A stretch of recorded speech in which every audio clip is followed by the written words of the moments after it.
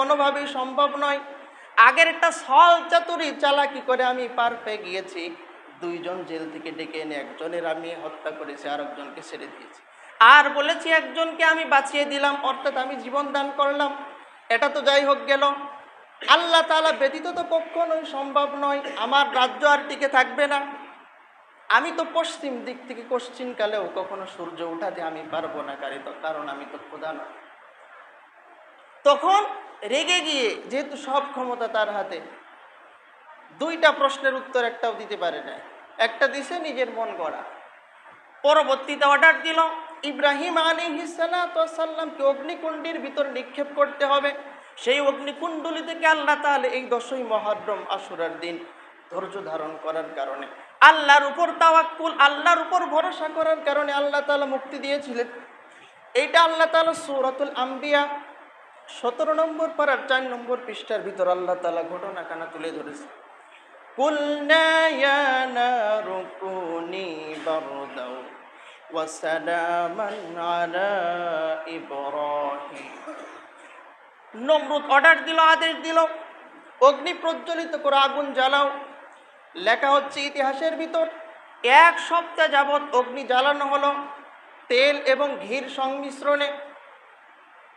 অনেক কঠিন একটা আগুন তৈরি করলো। 1 সপ্তাহ যাবৎ আগুন জ্বালানো হলো। এরকম প্রজ্বলিত আগুন পরবর্তীতে 1 সপ্তাহ জ্বালানোর পর আগুনের কাছে কেউ যাইতে পারছে না। আল্লাহু আকবার। এরকম কঠিন আগুন। তখন শয়তানের ইশারায় দূর থেকে চোরং বানিয়ে তাকে দূর থেকে নিক্ষেপ করা হলো। কোরআনের তাফসিরের ভিতর লিখছেন 1 দিন নয়, 2 দিন নয়, 3 দিন নয়, 4 দিন নয়, 1 মাসের ঊর্ধ্বে 1 মাস 10 দিন ইব্রাহিম আলাইহিস সালামকে ওই অগ্নিকুণ্ডের ভিতরে তারা রেখে দিয়েছিল। আল্লাহু আকবার। 40 দিন অগ্নিকুণ্ডের ভিতরে আছে।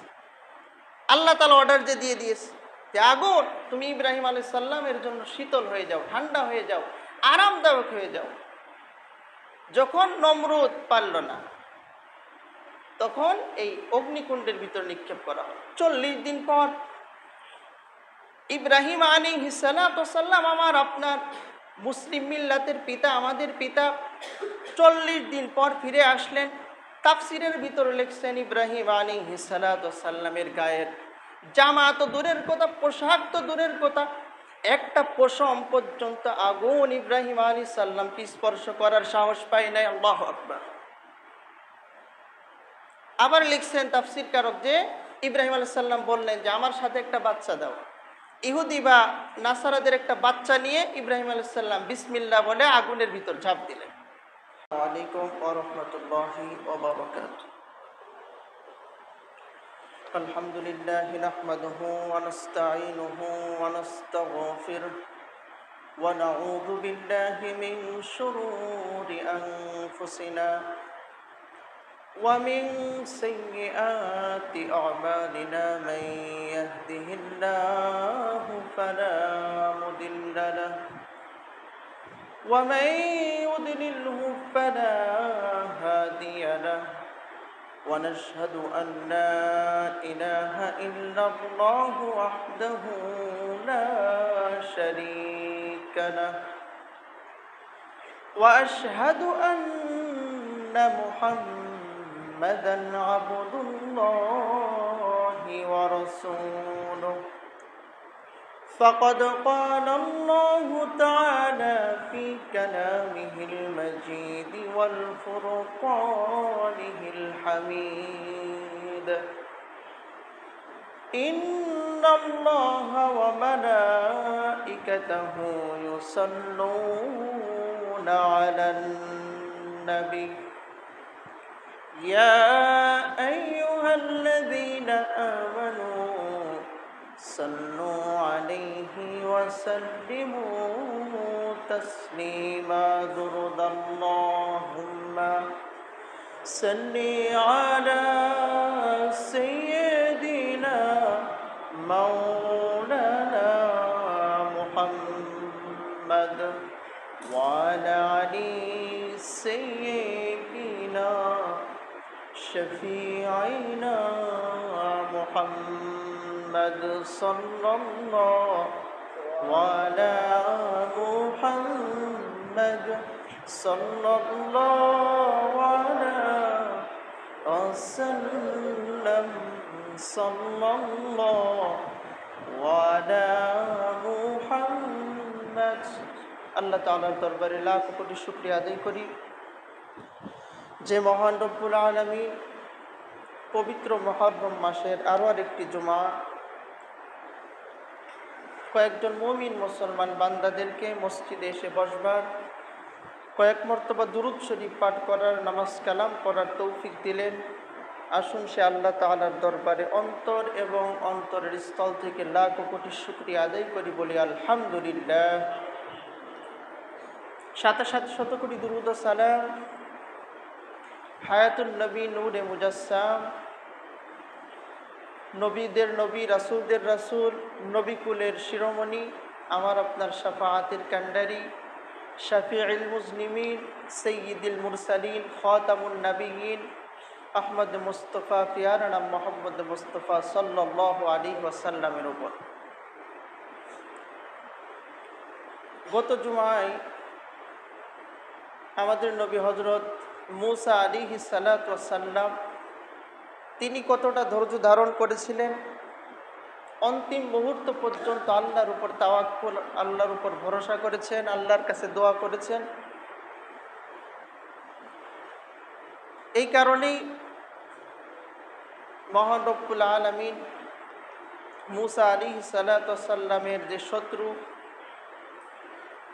ফেরাউনের নীল নদে ডুবিয়ে তাকে হত্যা করেন। এই 10ই মুহররম আশুরার দিন, এই মুহররম মাসেই, এই জন্য মহান রব্বুল আলামিন পবিত্র কুরআনের বিভিন্ন জায়গায় ধৈর্যশীলদেরকে বড়ই পুরস্কার প্রাপ্তি বলে আখ্যায়িত করেছেন, যে যারা ধৈর্য ধারণ করে আল্লাহ তাআলা তাদের পুরস্কার দিবেন। এমনকি তারা সত্যের উপরে আছে, আল্লাহ তাআলা এইভাবে বলেছেন। তো 10ই মুহররম আশুরার দিন বিশেষ করে আল্লাহ তাআলা কিছু সংখ্যক নবীদেরকে সম্মানিত করেন। কিঞ্চিত ইতিহাস আমরা জানার চেষ্টা করছিলাম পবিত্র কুরআন থেকে। মহান রব্বুল আলামিন পবিত্র কুরআনের সূরাতুল বাকারা 2 নম্বর পারার ভিতর আল্লাহ তাআলা যে আয়াতগুলো জানিয়ে দিয়েছিলেন, গত জুমায় সে আয়াতগুলো বলেছি। আল্লাহ তাআলা বলেছিলেন, ওয়ালা নাবলুওয়ান্নাকুম বিশাইইম মিনাল খাউফি ওয়াল জু'i ওয়া নাকসিম মিনাল আমওয়ালি ওয়াল আনফুসি ওয়াত তামারাত। আল্লাহ তাআলা জানাচ্ছেন, যারা মুমিন মুসলমান বান্দা হয়, বান্দি হয়, আমি তাদেরকে পরীক্ষা করি, ভয় দিয়ে পরীক্ষা করি, ক্ষতি দ্বারা পরীক্ষা করি, সন্তান সন্ততির ক্ষতি দ্বারা আমি আল্লাহ তাআলা পরীক্ষা করে থাকি, ফসল ফলাদের নষ্টের মাধ্যমে, ক্ষতির মাধ্যমে আমি আল্লাহ তাআলা পরীক্ষা করে থাকি। ওয়াবাশশিরিস সাবিরিন, অবশ্যই আল্লাহ তাআলা যারা ধৈর্য ধারণ করেন আল্লাহ তাআলা তাদের সাথে সব সময় আল্লাহ তাআলা থাকেন, আল্লাহ তাআলা তাদেরকে সাপোর্ট করেন। ছোট্ট একটি সূরার ভিতর আল্লাহ তাআলা ধৈর্যশীলদের কথা জানিয়ে দিয়েছেন। আল্লাহ তাআলা জানাচ্ছেন সূরাতুল আসরের ভিতর, আল্লাহ তাআলা জানাচ্ছেন, ওয়াল আসরি ইন্নাল ইনসানা লাফি খুসর ইল্লাল্লাযীনা আমানু ওয়া আমিলুস সালিহাতি ওয়া তাওয়াসাউ বিল হাক্কি ওয়া তাওয়াসাউ বিস সাবর। আল্লাহ তাআলা জানাচ্ছেন, সময়ের কসম, মহাকালের কসম, আসরের সময়ের কসম, ইন্নাল ইনসানা লাফি খুসর, নিশ্চয় মানুষ ক্ষতির ভিতরে রয়েছে, মানুষ বিপদের ভিতর পড়ে আছে। আল্লাহ তাআলা জানাচ্ছেন নিশ্চয় বলে। নিশ্চয় বলা হয় যেটা অনেক তাকিদ, অনেক গুরুত্ব, শিওরলি হবে আল্লাহ তাআলা এই জন্য জানিয়ে দিচ্ছেন আসরের সময়ের কসম, যুগের সময়ের কসম কেটে আল্লাহ তাআলা বলছে অবশ্যই মানুষ ক্ষতির ভিতরে রয়েছে। ইল্লাল্লাযীনা আমানু ওয়া আমিলুস সালিহাত, কিন্তু তারা ব্যতীত যাদের ভিতরেই 4টে গুণ পাওয়া যায়। 1 নম্বর, ইল্লাল্লাযীনা আমানু, যারা আমি আল্লাহ এবং আমার নবী রাসূল সাল্লাল্লাহু আলাইহি সাল্লামগণ যাদেরকে আমি পাঠিয়েছি তাদের উপর যারা ঈমান আনয়ন করে তারা ক্ষতির ভিতরে নাই। ওয়া আমিলুস সালিহাত, এবং সৎ কাজ করে, ভালো ভালো কাজ করে, আমি আল্লাহ তাআলা যেগুলো আদেশ করেছি সেগুলো মানে আমল করে, আমি যেগুলো নিষেধ করেছি আমার আমার বান্দারা, আমার নবীর উম্মতেরা সেগুলো মানে না, আমল করে না, পালন করে না, তারা ক্ষতির ভিতরে নেই। ইল্লাল্লাযীনা আমানু ওয়া আমিলুস সালিহাতি ওয়া তাওয়াসাউ বিল হাক্কি ওয়া তাওয়াসাউ বিস সবর। আর তারা ক্ষতির ভিতরে নেই যারা ধৈর্যের উপদেশ দেয় এবং নিজে ধৈর্য ধারণ করে, সত্যের উপদেশ দেয়, নিজে সত্যের উপরে থাকে। আল্লাহ তাআলা এই 4 শ্রেণীর মানুষদেরকে বলেছেন এরা ব্যতীত সকলেই ক্ষতির ভিতরে আছে। অর্থাৎ এই যে 4 শ্রেণীর কথা সূরাতুল আসরের ভিতরে আল্লাহ তাআলা বললেন, এই 4 শ্রেণী বাদে সবাই ক্ষতির ভিতর, কেউ উপকারের ভিতরে নাই। এখন আমাদের উচিত এই 4 শ্রেণী বা 4টে বৈশিষ্ট্যই যেন আমাদের ভিতর থাকে। যদি এখন না থাকে অবশ্যই আনয়ন করার চেষ্টা করা। আল্লাহ তাআলা কবুল করেন, বলি আমিন। তো লাস্টের যে পয়েন্ট, তারা ধৈর্য ধারণ করে আর ধৈর্যের উপদেশ দেয় আর সত্য কথা বলে সত্যের উপদেশ দেয়। দেখেন এই 10ই মুহররম আশুরার দিন নবীরা যে বিপদে পড়েছিলেন, আল্লাহ তাআলা উদ্ধার করেছিলেন মুসা আলাইহিস সালামকে, তারা কতটা ধৈর্য ধারণ করেছিলেন, কতটা সত্যের উপরে ছিলেন। আমাদের নবী সাল্লাল্লাহু আলাইহি সাল্লাম কতটা ধৈর্য ধারণ করছেন। উহুদের ময়দানে দান দান মোবারক শহীদ হয়ে গিয়েছে, তারপরেও ধৈর্য হারা হন নাই। একটু বদদুয়া করলেই কিন্তু পাহাড় উত্তোলনকারী ফেরেশতা তাদের শেষ করে দেয়। কিন্তু নবীজি সময় নিলেন, আমি দাওয়াত দিব, ধৈর্য ধারণ করব, সত্যের উপদেশ দিব।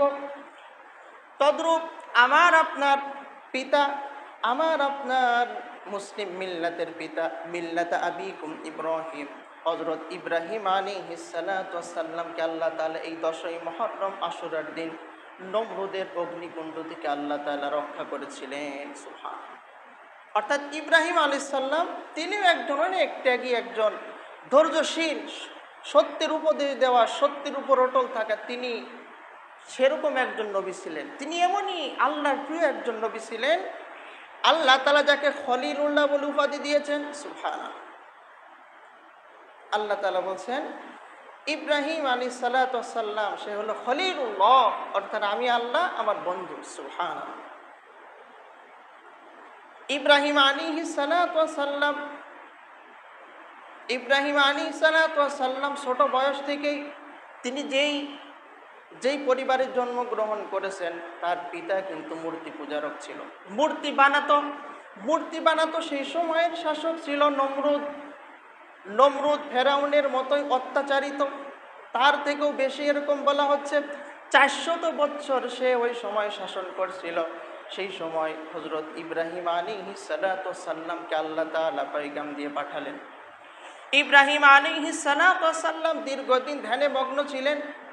পরবর্তীতে তাওহীদ রিসালাতের দাওয়াত দেওয়ার জন্য আল্লাহ তাআলা যখন অর্ডার করলেন, হুকুম করলেন, ইব্রাহিম আলাইহিস সালাতু ওয়াস সালাম এসে নমরুদের কাছে তিনি ইসলামের দাওয়াত দিচ্ছেন। নমরুদ সূর্য পূজা করত, মূর্তি পূজা করত।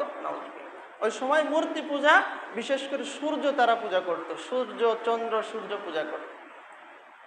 ইব্রাহিম আলাইহিস সালামের জন্য আরো বেশি কঠিন ছিল, কারণ ইব্রাহিম আলাইহিস সালামের পিতাই সে মূর্তি বানায়, মূর্তি পূজা করে। তো ইব্রাহিম আলাইহিস সালাতু ওয়াস সালাম নমরুদকে দাওয়াত দেওয়ার পূর্বেই লম্বা চওড়া ঘটনা, মূর্তিগুলো ভেঙে ফেলে।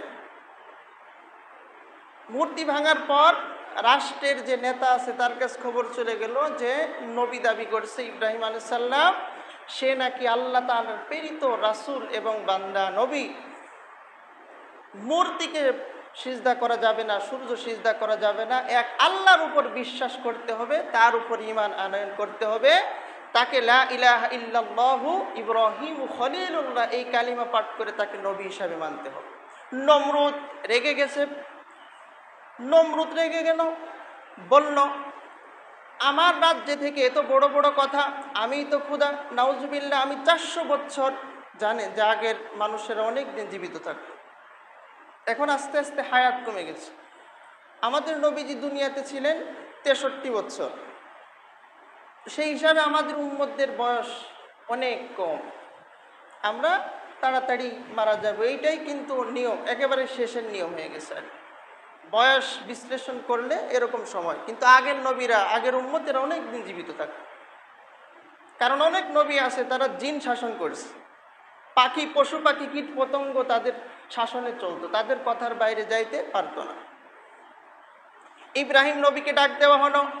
ইতিহাসের ভিতরে লিখছেন ইব্রাহিম আলাইহিস সালাতু ওয়াস সালামের পিতা আব্বা সরকারের কাছে, রাষ্ট্রের কাছে অভিযোগ জানানো যে আমার ছেলে মূর্তি ভেঙে ফেলেছে, আপনি বিচার করেন। সে ইসলামের পক্ষে না।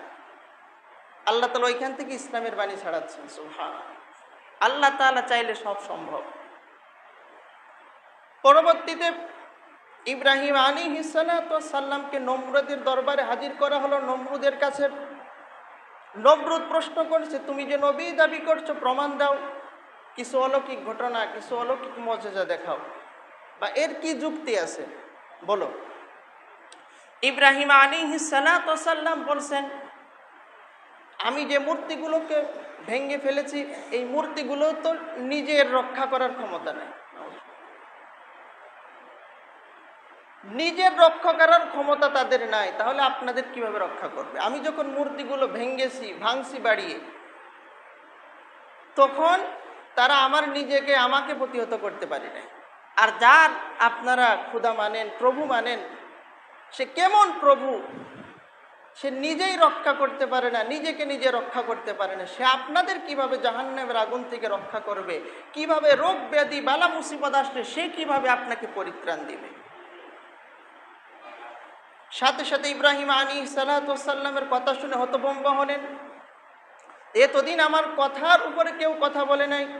সূরাতুল বাকারার আয়াতগুলো আল্লাহ তাআলা নাজিল করলেন পরপর। ইব্রাহিম আলাইহিস সালাতু ওয়াস সালাম কয়েকটা প্রশ্ন করলেন নমরুদের কাছে, যে আমি কয়েকটা প্রশ্ন করব, প্রশ্নের উত্তর দিতে হবে। আলাম তারা ইলাল্লাযী হাজ্জা ইব্রাহিম ফি রাব্বিহি আন আতাহুল্লাহুল মুলক। এই আয়াতগুলোর ভিতর আল্লাহ তাআলা জানিয়ে দিচ্ছেন সূরাতুল বাকারার ভিতর, রব্বিয়াল্লাযী ইহয়ী ওয়া ইউমীত ক্বালা আনা উহয়ী ওয়া ইউমীত ক্বালা ইব্রাহিমু ফাইন্নাল্লাহা ইয়াতি বিশ-শামসি মিনাল মাশরিকি ফাতি বিহা মিনাল মাগরিবি ফাবুহিতাল্লাযী কাফার। আল্লাহ তাআলা বলছেন, নমরুদ তুমি নিজেকে খোদা দাবি করো। ইব্রাহিম আলাইহিস সালাতু ওয়াস সালাম প্রশ্ন করলেন, তুমি যদি নিজেই আল্লাহ হও তাহলে উত্তর দাও, তুমি কি পারবে মৃত্যু থেকে জীবন দান করতে? আর যেই ব্যক্তি মৃত্যুবরণ করেছে তাকে আবার জীবিত হয়ে ফিরিয়ে আন। আর আমি যে জীবিত আছি, আমাকে কি তুমি মারতে পারবা? আমার হায়াত শেষ করতে পারবা? কারণ আল্লাহ তাআলা পবিত্র কুরআনের সূরাতুল আলে ইমরানের ভিতর আল্লাহ তাআলা আয়াতগুলো নাজিল করে জানিয়ে দিয়েছে, ইউখরিজুল হাইয়া মিনাল মাইয়িতি ওয়া ইউখরিজুল মাইয়িতা মিনাল হাই ওয়া তারযুকু মান তাশাউ বিগাইরি হিসাব। আল্লাহ তাআলা জানাচ্ছেন, আমি মহান রব্বুল আলামিন মৃত্যু থেকে জীবন দান করি। মায়ের গর্ভে যখন সন্তান আসে তখন জীবন থাকে না, ছোট্ট একটা রক্তের পিণ্ডুলি থাকে, আস্তে আস্তে বড় হয়ে তার ভিতর আল্লাহ তাআলা জীবন দেন, জান দেন। পরবর্তীতে দুনিয়াতে সেই বাচ্চা ভূমিষ্ঠ হয়, আস্তে আস্তে বার্ধক্যে পৌঁছায়, বৃদ্ধ বয়স উপনীত হলে সেই ব্যক্তি আবার মৃত্যুবরণ করে যায়। আবার কিয়ামতের দিন পুনরুত্থিত যে আল্লাহ তাআলা করবেন, আবার আপনাকে আমাকে উঠাবেন, আল্লাহর কাছে হিসাব নিকাশ দিতে হবে। এই জন্য আল্লাহ তাআলা জানাচ্ছেন, আমি আল্লাহ তাআলা মৃত্যু থেকে জীবন দান করি, আবার জীবন থেকে মৃত্যুবরণ করাই। আবার মৃত্যুবরণ করার পর কাল কিয়ামতের দিন আমি আল্লাহ তাআলা তাদেরকে উঠবো, হাসর নাসর করাবো, হিসাব নিকাশ নিব। ওয়া তারযুকু মান তাশাউ বিগাইরি হিসাব। আর আল্লাহ তাআলা যাকে ইচ্ছা, যাকে খুশি বেহিসাব, হিসাবের বাইরে আল্লাহ তাআলা তাকে রিজিক দিয়ে থাকেন। সুবহানাল্লাহ। আল্লাহ তাআলা হিসাবের বাইরে তাকে রিজিক দেন। তখন নমরুদ বলল, আমি পারবো। দুইজন কয়েদিকে জেলখানা থেকে ডেকে নিয়ে এসো। এই আয়াতের ভিতর আসছে, দুইজন কয়েদিকে জেলখানা থেকে ডেকে আনা হলো, যাদেরকে মৃত্যুবরণ দেওয়া হয়েছে। একদিন অথবা 2 দিন অথবা কিছুক্ষণ পর তাদেরকে মৃত্যুদণ্ড দেওয়া হবে। নমরুদ বোকা, সে বলছে, এই যে 2 জন ব্যক্তির মৃত্যুবরণ করতে হবে, এদের মৃত্যুর অর্ডার হয়ে গেছে, মৃত্যুর ফরমানা জারি হয়ে গেছে, কিছুক্ষণ পর তাদের ফাঁসি হবে। এই 2 জনের ভিতর থেকে একজনকে আমি ছেড়ে দিলাম, অর্থাৎ সে বেঁচে গেল। আরেকজনকে আমি মৃত্যুবরণ করালাম, মৃত্যুবরণ কার্যকারিতা করলাম। অতএব আমি আল্লাহ। নাউজুবিল্লাহ। দেখো, যুক্তি দিচ্ছে ইব্রাহিম আলাইহিস সালামের কাছে যে একজনের আমি বাঁচিয়ে দিলাম, তার ছেড়ে দিলাম, আর একজনকে হত্যা করলাম, তাহলে আমি জীবন দান করলাম। নাউজুবিল্লাহ।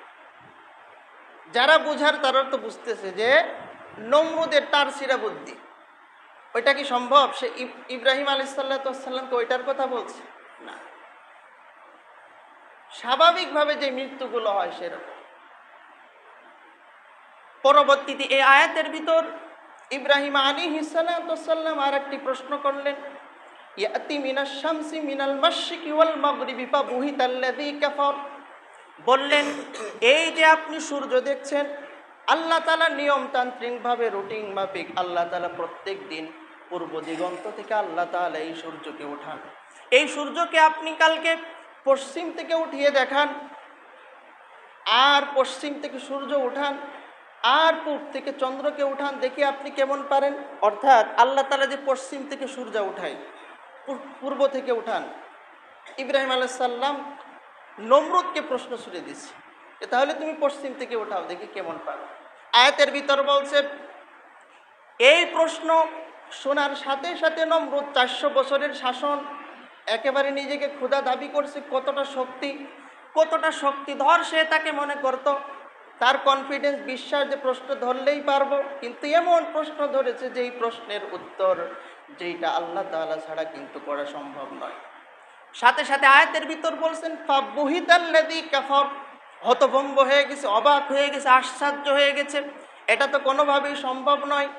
আগের একটা ছল চাতুরি চালাকি করে আমি পার পেয়ে গিয়েছি, 2 জন জেল থেকে ডেকে এনে একজনের আমি হত্যা করেছি, আর একজনকে ছেড়ে দিয়েছি, আর বলেছি একজনকে আমি বাঁচিয়ে দিলাম, অর্থাৎ আমি জীবন দান করলাম। এটা তো যাই হোক গেল, আল্লাহ তাআলা ব্যতীত তো কখনোই সম্ভব নয়, আমার রাজ্য আর টিকে থাকবে না। আমি তো পশ্চিম দিক থেকে কোশ্চিনকালেও কখনো সূর্য উঠাতে আমি পারবো না, কারণ আমি তো খোদা না। তখন রেগে গিয়ে, যেহেতু সব ক্ষমতা তার হাতে, 2টা প্রশ্নের উত্তর একটাও দিতে পারে না, একটা দিছে নিজের মন গড়া। পরবর্তীতে অর্ডার দিল ইব্রাহিম আলাইহিস সালামকে অগ্নিকুণ্ডের ভিতর নিক্ষেপ করতে হবে। সেই অগ্নিকুণ্ডলী থেকে আল্লাহ তাআলা এই 10ই মুহররম আশুরার দিন ধৈর্য ধারণ করার কারণে, আল্লাহর উপর তাওয়াক্কুল, আল্লাহর উপর ভরসা করার কারণে আল্লাহ তাআলা মুক্তি দিয়েছিলেন।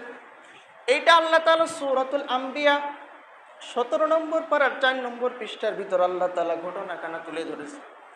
কুলনা ইয়া নারু কুনি বারদাও ওয়া সালামান আলা ইব্রাহিম। নমরুদ অর্ডার দিল, আদেশ দিল, অগ্নি প্রজ্বলিত করে আগুন জ্বালাও।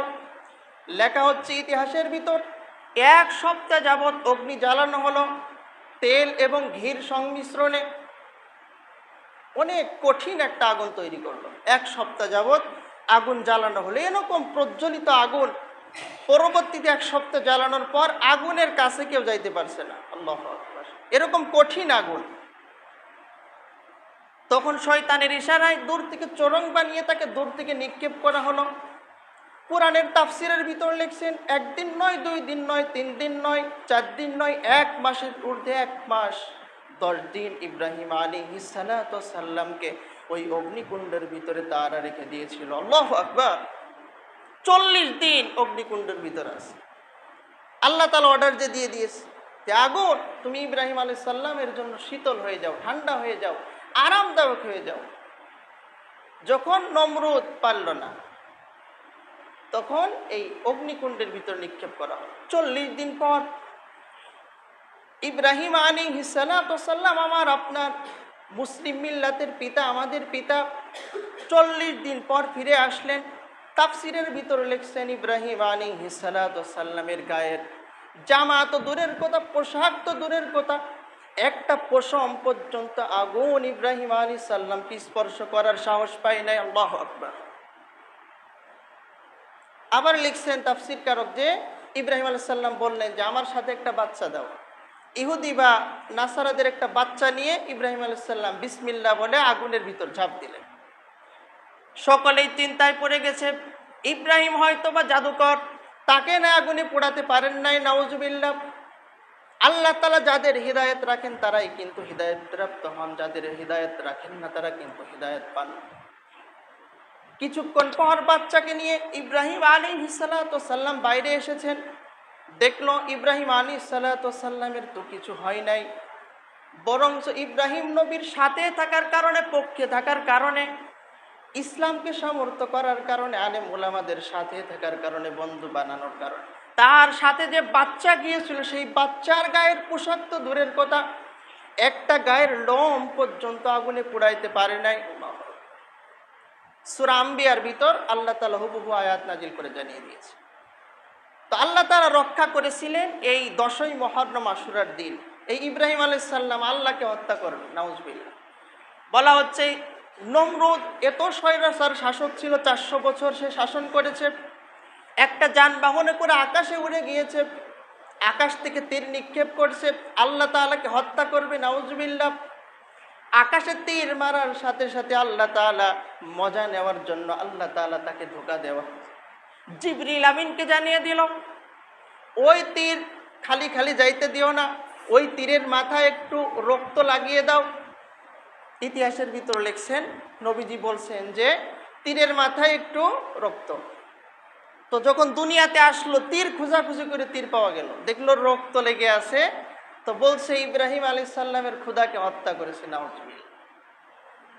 এরকম সারা রাজ্যে রটিয়ে দিল। তাহলে দেখেন কি শাস্তিতে সে মারা যায়, সময় সংক্ষেপ। কিছুদিন পর আসমান থেকে আল্লাহ তাআলা শাস্তি নাজিল করলো, আযাব নাজিল করলো। এই আযাব কে দিচ্ছে? আল্লাহ মারা গেছে, নাউজুবিল্লাহ। সে বলছে না, খুব আনন্দ উল্লাস, ঢাক ঢোকর বাজিয়ে, গান বাজনা, খুব জশ্নে জশ মানাচ্ছে, খুব আনন্দ। কিছুদিন পর আল্লাহ তাআলা বলল, নবী, আমি নবীকে পাঠালাম তোর দাওয়াত দেওয়ার জন্য, তুই মানলি না, এমন এমন গাদ্দারি করলি, এমন অমান্য করলি, আমি আল্লাহ তাআলার অস্তিত্বে তুই আঘাত হানলি, আমি আল্লাহ তাআলার অংশীদারত্বে তুই শিরিক করলি, নিজে খোদা দাবি করলি। তারপরেও আমি আল্লাহ তোকে কোনো শাস্তি দেই নাই, দেখছিলাম, পরীক্ষা করছিলাম তুই ফিরে আসিস কিনা। পরবর্তীতে আমি আল্লাহ আমার উপর তুই তীর নিক্ষেপ করলি, তারপরে আমি আল্লাহ গজব দেই না। এখন তোর শেষ সময় চলে আসছে। ইতিহাসের ভিতর লিখছে, একদল মশার দল চলে আসলো বা মাছি, আসার পর নমরুদের চারপাশ দিয়ে ঘেরাও করে নিল। নমরুদ রাজপ্রাসাদের দিকে দৌড়াচ্ছে। নমরুদ বলছে, সামান্য মশা মাছি দিয়ে আমার শেষ করতে পারবে না, এই জাদুতে কাজ নয়। ইতিহাসের ভিতর লিখছেন, রাসূল সাল্লাল্লাহু আলাইহি সাল্লাম বলছেন, আমাদেরকেও স্মরণ করিয়ে দিয়েছেন। এই জন্যই সমস্ত ঘটনা আমাদের শুনতে হবে, স্মরণ রাখতে হবে, ধৈর্য ধারণ করতে হবে, ওই সমস্ত বিষয় থেকে আমাদেরকে পানাহ চাইতে হবে। পরবর্তীতে আল্লাহ তাআলা নমরুদের নাকের ভিতর দিয়ে, ব্রেনের মস্তিষ্কের ভিতরে একটা ল্যাংড়া মশা প্রবেশ করিয়ে দিলেন। লিখছেন যে রাজার ব্রেনের ভিতর যখন একটা মশা চলে গেল, ওই মশা কামড়াতে কামড়াতে লাস্টে ওই নমরুদ রাজ্যের ভিতরে নিয়োগ জারি করলো, প্রজ্ঞাপন জারি, যে একজন লোক নিয়োগ দেওয়া হবে। সে কি করবে? রাজার মাথায় শুধু বাড়ি দিবে, রাজার মাথায় শুধু বাড়ি দেওয়ার কাজ তার। একজন ভালো শক্তি সামর্থ্যবান ব্যক্তি হায়ার করলো, ভাড়া করলো, বেতনভুক্ত করার পর তার চাকরির জন্য একেবারে কনফার্ম করে দিল। সেই ব্যক্তি কি করবে? রাজার মাথার উপর শুধু মুগুর দিয়ে বাড়ি দিবে, অথবা জুতা দিয়ে বাড়ি দিলে একটু মজা লাগে। কি প্রকার লাঞ্ছনাদায়ক শাস্তি দিয়ে আল্লাহ তাআলা তাকে দুনিয়ার থেকে বিদায় করান। আল্লাহ তাআলার সাথে যারা গাদ্দারি করে, আল্লাহ তাআলার অংশীদারিত্বে যারা অংশীদারিত্ব করে শিরিক করে ফেলে, আল্লাহ তাআলার শক্তিতে, আল্লাহ তাআলার ক্ষমতার উপর যারা বিশ্বাস রাখেন, আল্লাহ তাআলা তাদের এই পরিণতি করেন। পরবর্তীতে লিখছেন, এরকম বছরকে বছর যাওয়ার পর সাথে সাথে একদিন এভাবে বেড়েতে মাথা তো নরম, বাড়ি দিতে দিতে ভিতরে একেবারে ফাঁপা হয়ে গেছে, মাথা ঘোরে, শুধু মাথা ঘোরে। যখন একটু স্যান্ডেল দিয়ে বাড়ি দেয় বা একটা কোনো ভারী বস্তু দিয়ে বাড়ি দেয়, তখন একটু ভালো লাগে। এইরকম বাড়ি খাইতে খাইতে একদিন নমরুদ, ইতিহাসের ভিতর লিখছেন, হঠাৎ মাথা ফেটে গেল, মাথা ফেটে দুনিয়ার থেকে বিদায় নেয়। তারপরেও সে ঈমান আনল। এই 10ই মুহররম আশুরার দিন আল্লাহ তাআলা এই আরেকজন নরপিশাচ যে মানুষদেরকে হত্যা করত, মুসলমানদেরকে হত্যা করত, ইসলাম ধর্মকে অবিশ্বাস করত, মানত না, আমার আপনার পিতা ইব্রাহিম নবীকে অত্যাচার করত, আল্লাহ তাআলার ধর্মকে অবিশ্বাস করত, এরকম আরেকজন শাসককে আল্লাহ তাআলা কিন্তু দুনিয়ার থেকে আল্লাহ তাআলা এই 10ই মুহররম আশুরার দিন বিদায় করে ইব্রাহিম আলাইহিস সালাতু ওয়াস সালামকে অগ্নিকুণ্ড থেকে রক্ষা করেছে। সুবহান। এই জন্য প্রথমে যে আয়াতগুলো পড়েছি এবং গত জুমায় আমার আপনার নবী হযরত মুহাম্মদ সাল্লাল্লাহু আলাইহি সাল্লাম, এমনকি মূসা আলাইহিস সালাম, ইব্রাহিম আলাইহিস সালাম, সব নবীরা কিন্তু আল্লাহর উপর তাওয়াক্কুল করেছেন, ভরসা করেছেন, ধৈর্য ধারণ করেছেন। এই জন্য আমাদের উচিত এই সমস্ত ঘটনাগুলো থেকে শিক্ষা নেওয়া, যে অবশ্যই নবী রাসূলগণ সত্যের উপরে ছিলেন, আমাদেরও সত্যের উপরে থাকতে হবে, ধৈর্য ধারণ করতে হবে, আল্লাহর উপর তাওয়াক্কুল করতে হবে। তাহলে অবশ্যই আল্লাহ তাআলা উত্তম জাযা, উত্তম প্রতিদান আপনাকে আমাকে দান করবেন। আল্লাহ তাআলা আমাদের সবাইকেই তৌফিক দান করুক। সকল বলে আমিন। আসসালামু আলাইকুম ওয়া রাহমাতুল্লাহি ওয়া বারাকাতুহু। মানিক ভাই গত জুমায় আসছিল, আপনাদের বলা হয়েছিল, উনি আবার আজকে আসছে। কেউ যদি টাকা পয়সা আনেন তার জন্য সময় রয়েছে, সকলে পৌঁছিয়ে দেন। ছাত্ররা আগে উঠে যাও, ছাত্ররা ওঠো, মসজিদের টাকা কালেকশন করো। যারা ওনার টাকা দিবেন তারা নাম ধরে দিতে হবে, লাইনে লাইনে চলে যাও।